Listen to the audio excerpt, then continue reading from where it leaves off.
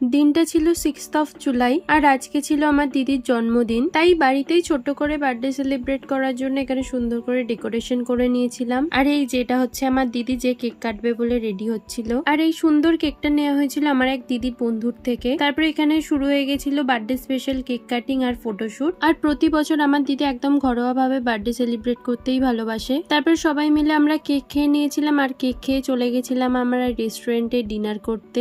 বাড়ির কাছের এই রেস্টুরেন্টটাতেই চলে গেছিলাম আমরা সবাই মিলে। সবাই বলতে আমি, মা, কাকিমা, আমার দিদি আর বোনেরাই গেছিলাম, আমার বাবা আর কাকা যায়নি। গিয়েই আগে চটপট মেনু ডিসাইড করে অর্ডারটা দিয়ে দিয়েছিলাম। তারপরে কিছুক্ষণ বসে ওয়েট করতে করতে আমাদের স্টার্টার ক্রিসপি চিলি বেবিকর্ন আর চিকেন ড্রামস অফ হেভেনও চলে এসেছিল। আর এখানে খাবারের টেস্ট আর কোয়ালিটি দুটোই খুব ভালো। তারপরে আমাদের মেন কোর্সও চলে এসেছিল আর মেন কোর্সে অনেক কিছু ছিল আজকে। আর এইভাবেই কেক কাটিং করে ভালো মন্দ খাওয়া দাওয়া করে কাটালাম আমার দিদির জন্মদিনটা।